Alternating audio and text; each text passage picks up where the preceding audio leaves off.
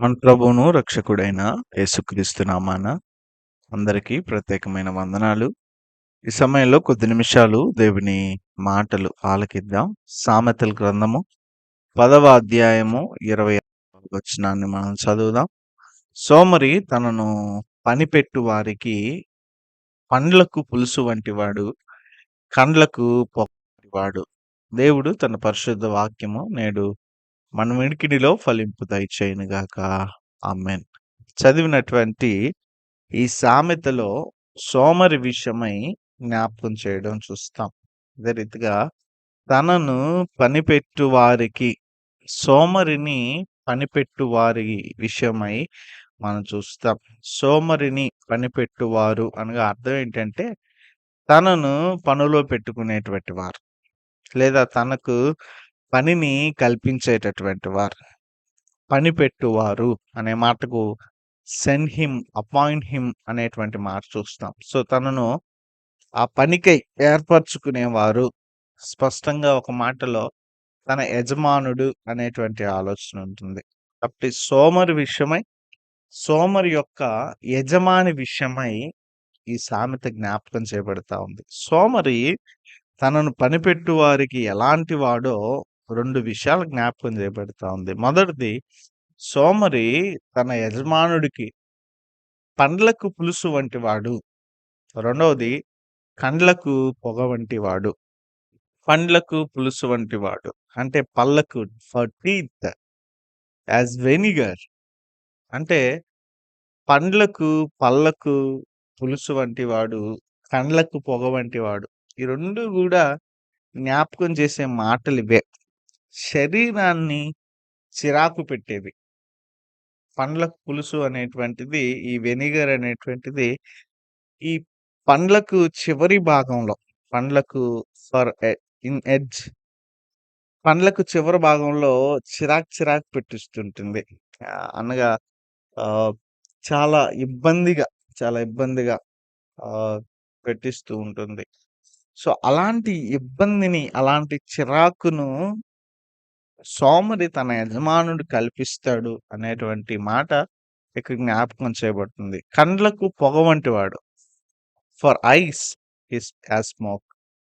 అంటే అది గూడా సరిగ్గా చూడలేనటువంటి విధానాన్ని జ్ఞాపకం చేస్తూ ఆహ్, మసకగా ఉన్నటువంటి విషయం. అంటే సరిగ్గా చూడలేక చిరాకు పెట్టించేటటువంటిది. సో, ఈ పులుసు కానివ్వండి, ఈ పొగ కానివ్వండి, ఈ 2 కూడా ఆ శరీర అవయవాలను ఇబ్బంది పెట్టే, చిరాకు పెట్టే, చికాకు పెట్టే విషయాన్ని జ్ఞాపకం చేస్తా ఉన్నాయి. అలాగే సోమరి పని విషయంలో బద్ధకమైనటువంటి వాడు. వాడు గూడా తనను పనికి పెట్టుకున్నటువంటి యజమానుడిని అలాగే చికాకు పెట్టించేవాడు. అలాగే చిరాకు పెట్టించేవాడు. ఇంకా ఒక అడుగు ముందుకేసి ఈ మాటలు ఆలోచన చేస్తే, ఈ పళ్ళకు ఆ పులుసనేటువంటిది ఆ చివరి భాగంలో బాగా ఇబ్బంది పెడతా ఉన్నప్పుడు కోపమనేదొస్తుంది. అలాగే ఈ కండ్లకు మసక అనేటువంటిది తగులుతున్నప్పుడు, పొగ అనేటువంటిది కలిగినప్పుడు కేవలం చిరాకు మాత్రమే కాదు గానీ, ఆ చిరాకు నుంచి కోపం గూడా వస్తుంది. దాన్ని ఉద్రేకం అని అంటాం. సో, ఇక్కడ ఈ సోమరి తన యజమానుడికి ఈ చిరాకు ద్వారా, ఈ చికాకు ఇబ్బందికర సంగతి ద్వారా కోపాన్ని గూడా తెప్పిస్తాడు అనేటువంటి విషయాన్ని ఈ ఈ పండ్లకు పులుసు వంటివాడు, కండ్లకు పొగ వంటివాడు అనే విషయం జ్ఞాపకం చేయబడతా ఉంది. కాబట్టి పని విషయంలో శ్రద్ధ లేనివాడు, పని విషయంలో ఇబ్బందిగా ఉన్నటువంటి వాడు, ఏదో నామమాత్రంగా చేయాలి కదా అనే పని చేస్తున్న స్థితి కలిగిన వాడు, సోమరితనంగా ఉన్నవాడు, నామమాత్రమైనటువంటి పని గలవాడు. వాడు తన యజమానుడికి తన చికాకును, చిరాకును, ఇబ్బందిని, అదే రీతిగా ప్రత్యేకించి కోపాన్ని పుట్టిస్తాడు అనేటువంటి విషయాన్ని జ్ఞాపకం చేస్తా ఉన్నాడు. అంటే ఒక వ్యక్తి పనిలో పెట్టుకోవడం అనేటువంటిది, ఆ వ్యక్తి పని చేస్తాడు అనేటువంటి విషయానికి సంబంధించింది. అలాంటప్పుడు పని పెట్టుకున్నటువంటి ఆ వ్యక్తి ఈ వ్యక్తి పని చేయడు అనేటువంటి సంగతి అర్థమైనప్పుడు, అది అతనుకు ఇలాంటి చిరాకును, ఉద్రేకాన్ని కలిగిస్తుందని ఈ సామెత జ్ఞాపకం చేస్తా ఉంది. కాబట్టి ఈ సామెత ఈ విషయాలను తెలియపరుస్తుంది. ఈ సామెత నేర్పించే పాఠాలేంటంటే, మనం ఏ స్థితిలో ఉన్నాం? మనం సోమరిపోతులాంటి స్థితిలో ఉన్నామా? పని విషయంలో బద్ధకమైన స్థితిలో ఉన్నామా? లేదా శ్రద్ధ కలిగినటువంటి ఆ స్థితిలో ఉన్నామా? ఒకవేళ సోమరితనం గల వారమైతే చెడు ఫలితాలను ఎదుర్కోవాల్సొస్తుంది. అంటే మనకు మాత్రమే కాదు గానీ, మన చుట్టూ ఉన్న వారికి గూడా ఈ చెడు ఫలితాలు అంటే వాళ్ళు పనికి నియమించుకున్న స్థితిలో పని సరిగ్గా చేయనప్పుడు వారు గూడా ఆ పర్యవసానాలు, ఆ కాన్సిక్వెన్సెస్ అంటే ఆ ఫలితాలు రాబడి తగ్గడం అనేటువంటి దాన్ని ఎదుర్కోవాల్సొస్తుంది.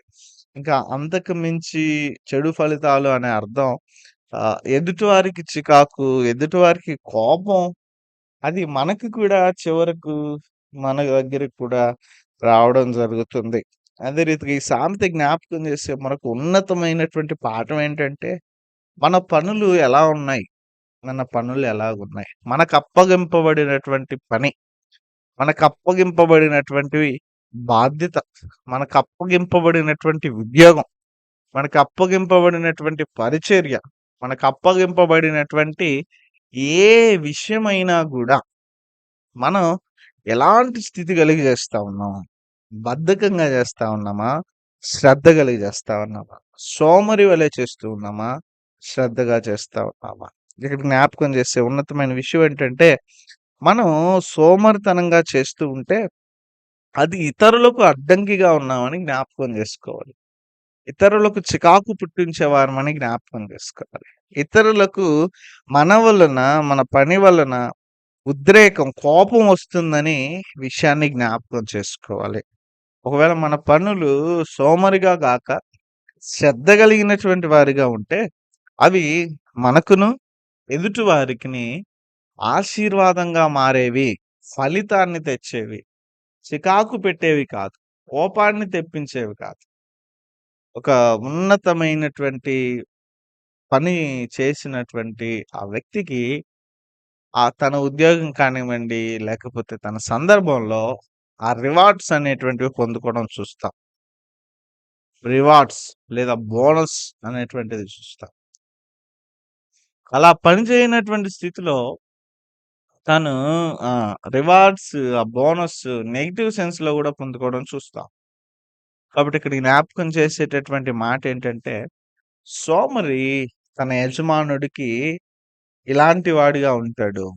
చిరాకు పెట్టించేవాడిగా, చాలా ఇబ్బంది, ఒళ్ళు గగ్గురు పుట్టించేటటువంటి వాడిగా, కోపం తెప్పించేవాడిగా ఉంటాడు. మరి మనం మన పనులలో ఎలా ఉన్నాం? మన పరిచర్యలో ఎలా ఉన్నాం? మనకు అప్పగింపబడిన బాధ్యతలో మనం చిరాకు పెట్టించేవారిగా ఉన్నామా? సంతోషించేవారిగా ఉన్నామా? మనం ఇతరులను కోపానికి గురి చేసేవారిగా ఉన్నామా? వారి ప్రేమను పొందుకునే స్థితిలో ఉన్నామా? శ్రద్ధ కలిగి పని చేయడం అనేటువంటిది చాలా ఉన్నతమైనటువంటి సందర్భం. సోమరిగా జీవించడం అనేటువంటిది అది మనకును, ఇతరులకును ఇబ్బందికర, అడ్డంకిగా ఉండేటటువంటి సందర్భం. తలలో ఉంచుదాం. ఈ కొద్ది మాటలు దేవుడు దీవించును గాక. ఆమేన్. మహోన్నతుడైన మా తండ్రి మీకు వందనాలు. అవును ప్రభా! శ్రద్ధ కలిగి పని చేయడం అనేటువంటిది నీ లేఖనాలు సెలవిస్తూ ఉన్నాయి. సోమరిగా పని చేయడం అనేటువంటిది అయ్యా అది ఆశీర్వాదం కాదు. అది ఇతరులకును, మాకును అడ్డంకి అని జ్ఞాపకం చేస్తావు. ప్రభా! శ్రద్ధ కలిగి పని చేయుటకు, ఇతరులకు ఆశీర్వాదకరంగా ఉండుటకు, మాకును దీవెనకరంగా ఉండుటకు కృప దయచేయమని, రీతిగా తీర్మానం తీసుకున్న బిడ్డలు తీర్మానాలు బలపరచమని, ఈ మనవులన్నీ యేసుక్రీస్తు నామాన బ్రతిమాలి అడిగి వేడుకొంచున్నాము తండ్రి. ఆమేన్. దేవుడు మిమ్మల్ని దీవించును గాక. ఆమేన్.